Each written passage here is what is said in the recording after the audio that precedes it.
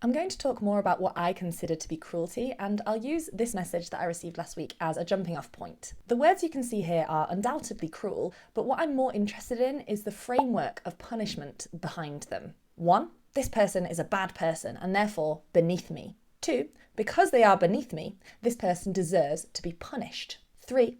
Because I am above them, I am entitled to do the punishing. And when I talk about cruelty, a significant amount of the cruelty I notice happening around me happens within this framework of vertical morality, of hierarchy and punishment. Sometimes it looks as direct and aggressive as the message I received, but most of the time it's a lot more subtle. It could be as passive as liking a video that exists to humiliate a creator that you would like to see punished. This punitive framework is embedded into society at many levels. I believe it represents the darkest sides of organised religion, of our criminal justice system, and it's heavily relied on by bigots and fascists. Let's take TERFs as an example. They strengthen their position by framing trans people, trans women in particular, as predators. That's how they create a position of moral superiority, which they can then use to justify their hateful and oppressive behaviour towards them. Importantly, the process of punishing those that they see as inferior to them primarily functions as a reward system, reinforcing their own sense of superiority. And I think in order to understand my position on this, you need to be able to recognise that they are harming themselves in that process. The reason I am being punished here, funnily enough,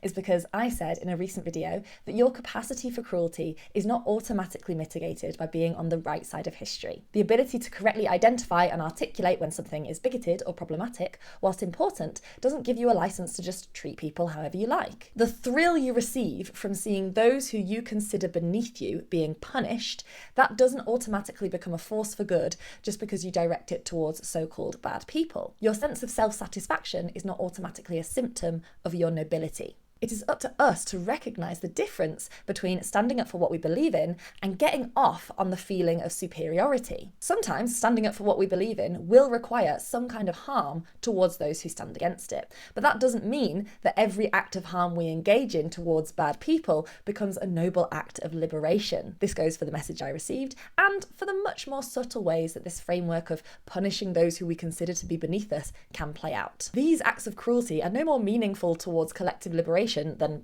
having a wank, which would probably be a much less self-destructive use of this person's time. The good news is I'm not receiving a lot of messages like this. I'm actually receiving far more messages from people who resonate with what I'm saying. And I think it resonates because a lot of people know from their own experience that indulging in this framework of hierarchy and indulging in their desire to punish people is ultimately meaningless.